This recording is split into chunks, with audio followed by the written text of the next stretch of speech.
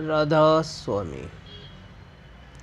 राधा स्वामी दयाल की दया, राधा स्वामी सहाय। शब्दधार 60।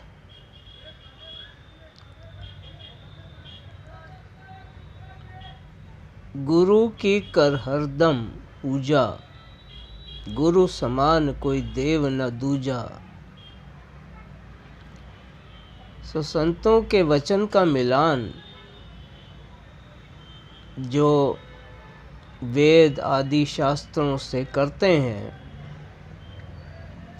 कि संतों के वचन को मिलाएं कि वेदों में क्या लिखा है, संत क्या बता रहे हैं, जो संत बता रहे हैं वो वेदों में लिखा है कि नहीं लिखा है, ये भी बड़ी परख करते हैं संतों के वचन की। हमारे धर्म ग्रंथ में ऐसा लिखा है कि नहीं लिखा है। उनके लिए उनका धर्म ऊपर है। अगर गुरु की कही बात धर्म ग्रंथ में मिल गई तो ठीक, और धर्म ग्रंथ उसके गलत जा रही है तो नहीं मानेंगे।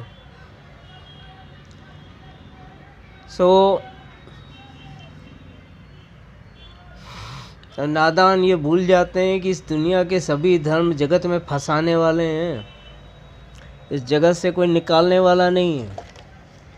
तो जो निकालने वाला मत है उसकी बातें फंसाने वाले मत में कैसे मिल जाएंगी? वो तो सब बातें उल्टी होंगी। धर्म कहेगा पूरब चलो तो संत कहेंगे पश्चिम चलो। पर उन्होंने जाना ही नहीं कि संतों का मत क्या है, तो वचनों का मिलान अपने पोथियों से करने में लगे रहते हैं।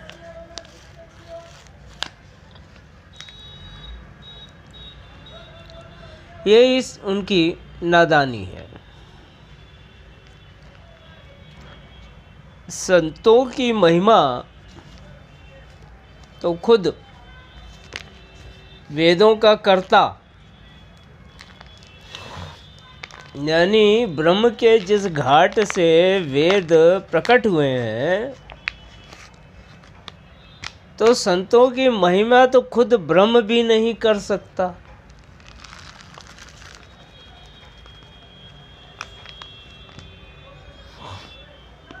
ये वेद पाठी क्या करेंगे?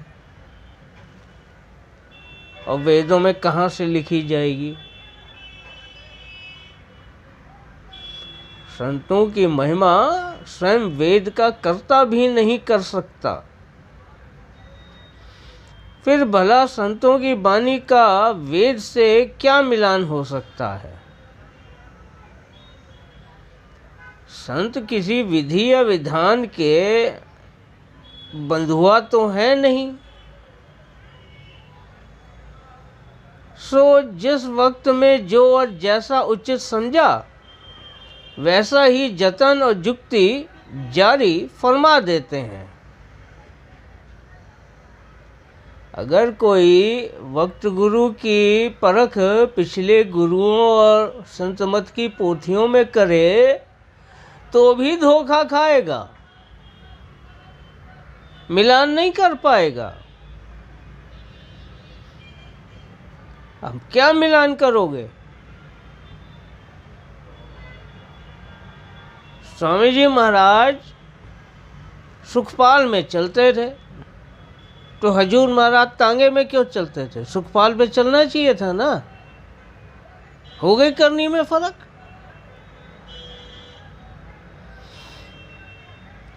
अब महाराज साहब के वक्त में रेलगाड़ियां थीं, मोटर गाड़ियां थीं, तो तांगे पे थोड़ी चला करते थे। बाबूजी महाराज तो मोटर में ही आए थे ना आगरा इलाहाबाद से, तांगे में तो आए नहीं थे। क्या मिलान करोगे? स्वामी जी महाराज हुक्का का सेवन करते थे तो बाबूजी महाराज को तंबाकू के पान का शौक था। क्या मिलाओगे? ये मिलान करना ही सबसे बड़ी मूर्खता है।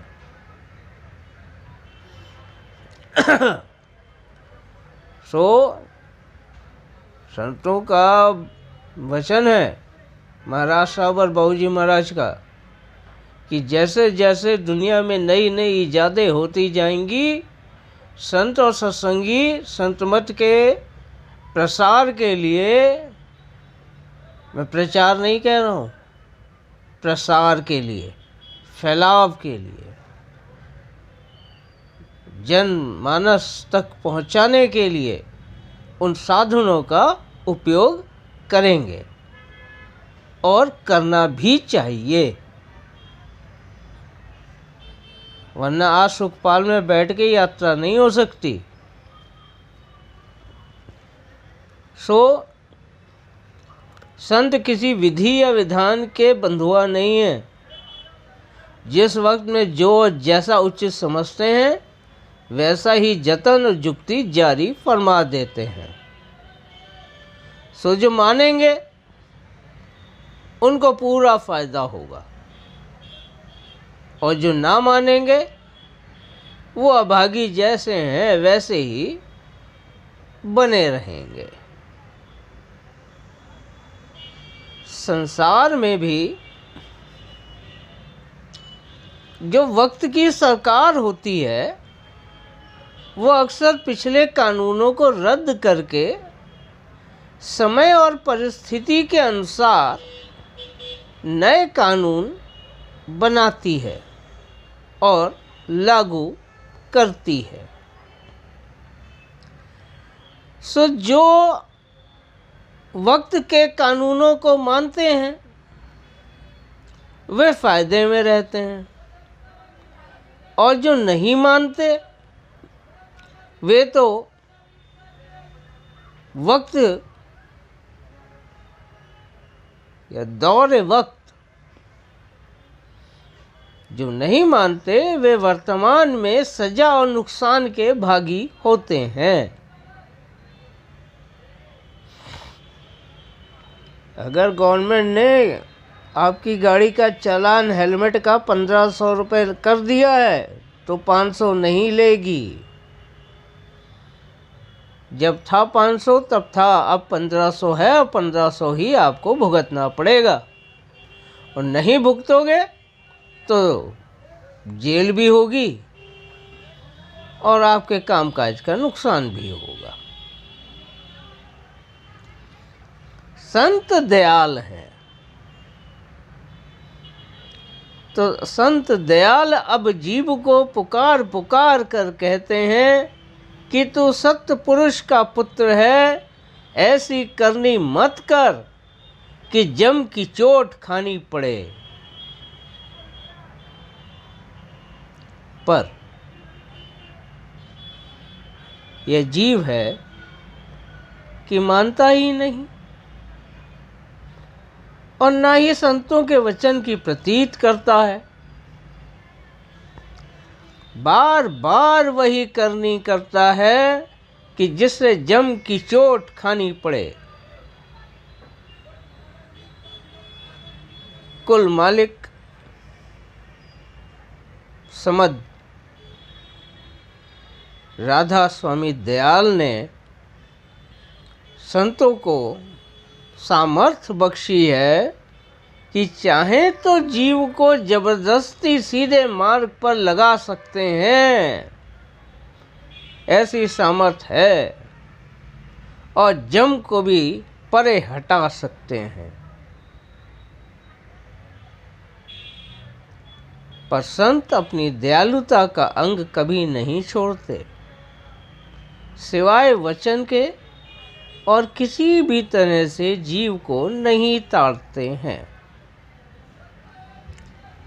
और जीव नादान संतों से यही उम्मीद करता है कि हमें जबरदस्ती लगा ले, हमें कुछ ना करना पड़े, जो करें वो सद्गुरु करें और हमको सत्संग में भी लगा लें, हमारे कर्म भी काट दें और हमें सतलोक भी पहुंचा दें, हमें कुछ ना करना पड़े।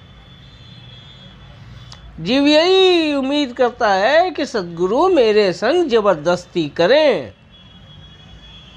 नादान संत तो प्रेम और दयालुता का अंग ना छोड़ेंगे, सिवाय वचन के और किसी भी तरह से जीव को नहीं ताड़ेंगे। सो जो बड़भागी हैं, उन्हीं में गुरुमुखता का अंग प्रधान होता है,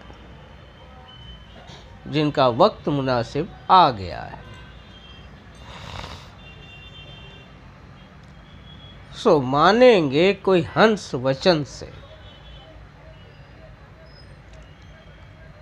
संतों का जीव को समझाने से मतलब ये है कि संसार की हर आशा तृष्णा से ध्यान हटाकर अपने वक्त के सद्गुरु को ऐसे पकड़ें कि फिर किसी की कोई गरज बाकी ना रहे।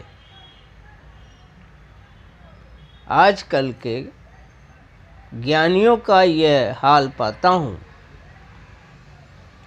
कि चेले तो बहुत बना लेते हैं, बड़ी भीड़ जमा कर लेते हैं, पर सबको पत्थर पानी में ही डुबो देते हैं।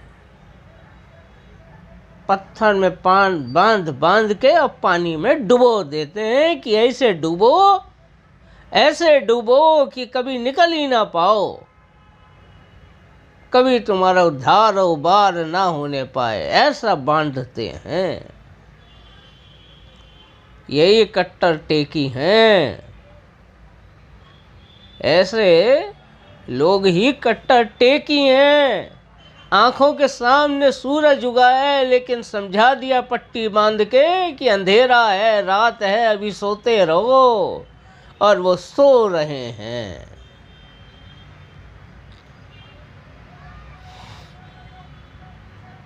यही कट्टर टेकी। ऐसा पत्थर बांध के पानी में डुबाया है कि कभी उबार हो ही नहीं सकता, और यही संस्कार अपने आने वाली पीढ़ियों को दिए जा रहे हैं।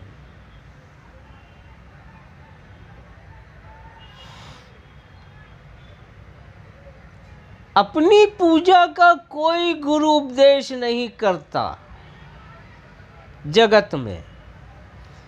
ये जितने जगत गुरु हैं, जगत गुरु बनकर बैठे हैं पत्थर पानी वाले, सो कोई भी अपनी पूजा का उपदेश नहीं करता। तो क्या करते हैं?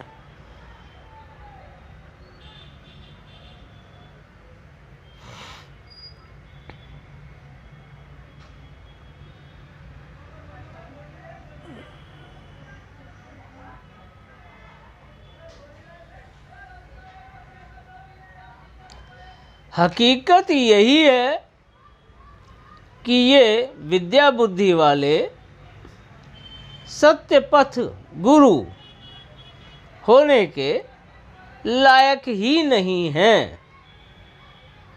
सत्य पथ गुरु, सतगुरु होने के लायक ही नहीं है। ये तो जगत गुरु ही भले, जो इन्होंने अपने गुरु की पूजा की होती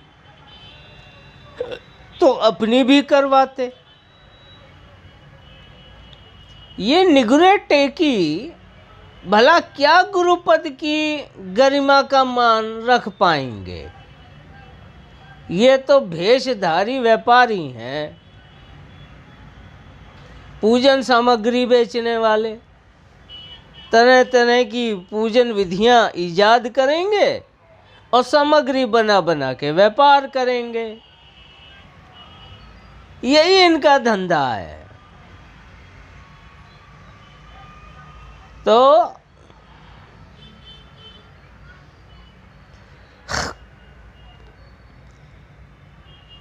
अब आजकल बड़ा शोर पा रहा हूँ पिछले कुछ सालों से। जब पंडित जी को कुंडली दिखाओ कि बड़ा कष्ट के दिन चल रहे हैं, तो सीधे काल सर्प योग बता देंगे। सीधे सारे हिंदुस्तान में ट्रेंड चल रहा है काल सर्प योग।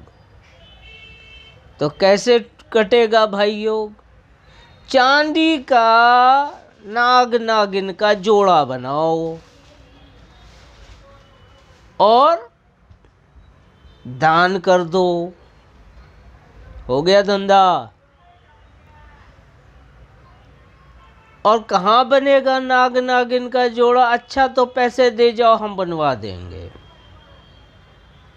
अब उसमें भी कमीशन खाया, क्या पता चांदी का बनाया कि गिलेट का बनाया।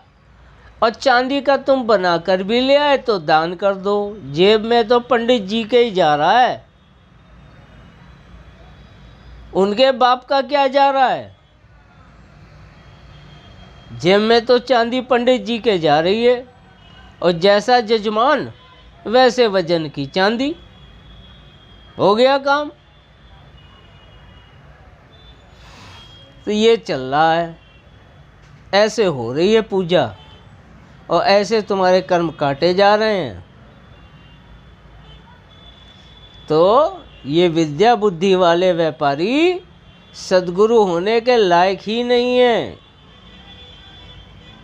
जो इन्होंने अपने गुरु की पूजा की होती तब अपनी करवाते, तो ये निगुरेटे की भला क्या गुरुपद की गरिमा का मान रख पाएंगे? जगत में जीव का एकमात्र स्वामी वक्त का सद्गुरु ही है, जीव का। मैंने तुम्हारा, मेरा, इसका, उसका या मनुष्य का नहीं कहा। मैं बोला जगत में जीव का एकमात्र स्वामी वक्त का सद्गुरु ही है। तो स्वामी जी महाराज का वचन है कि जब तुमने सद्गुरु को अपना मालिक मान लिया तो और दूसरा मालिक तुम्हारा कहाँ से आ गया? तो जीव का तो एकमात्र स्वामी वक्त का सद्गुरु ही है। और अंतर में ईष्ट सत्य पुरुष राधा स्वामी दयाल है। सद्गुरु वक्त की उपासना और अंतर में राधा स्वामी दयाल की आराधना।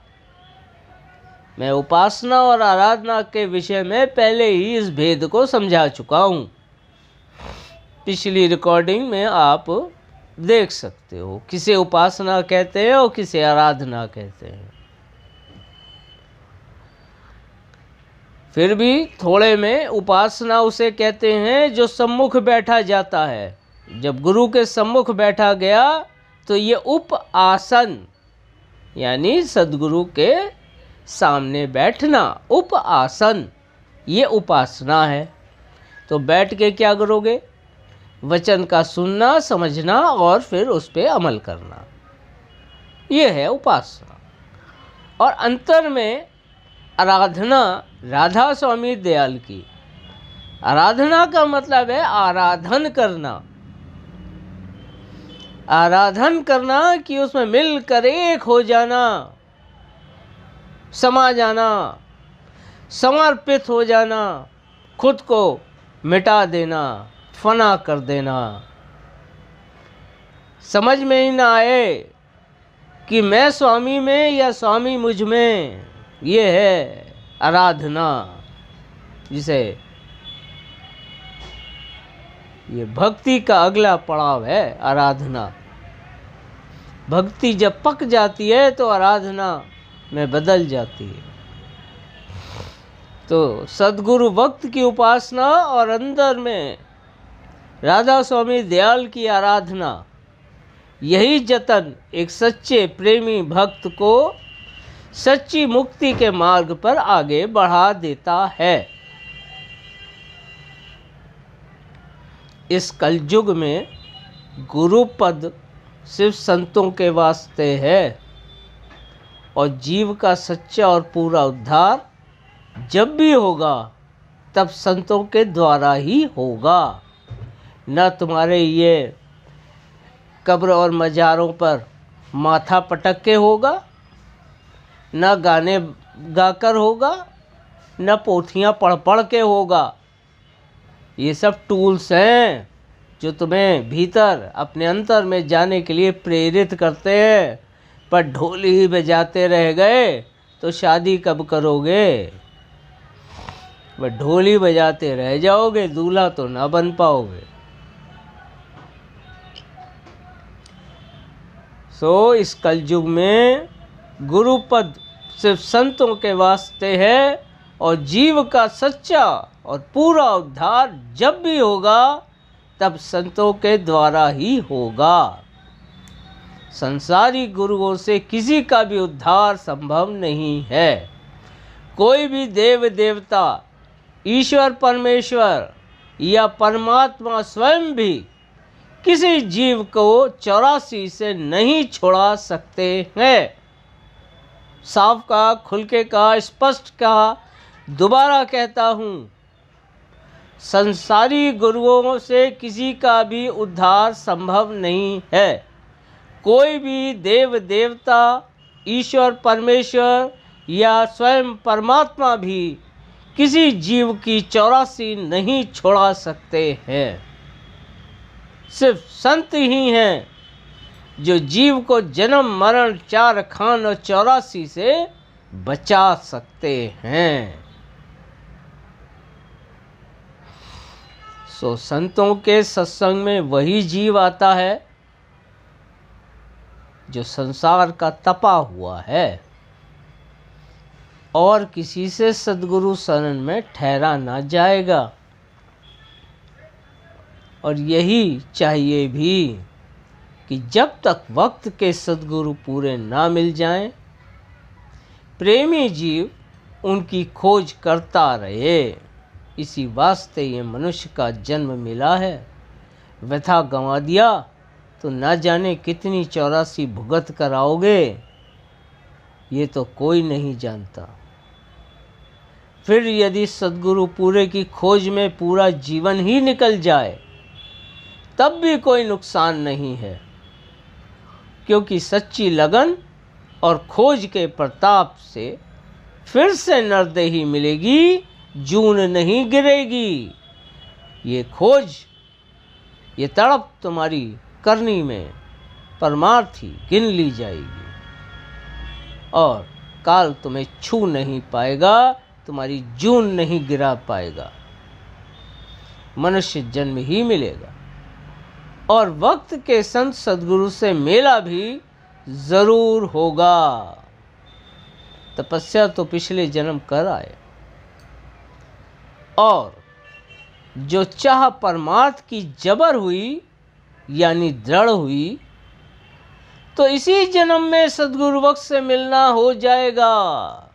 अगला जन्म नहीं जाना पड़ेगा। अगर चाह परमार्थ की जबर हुई तो,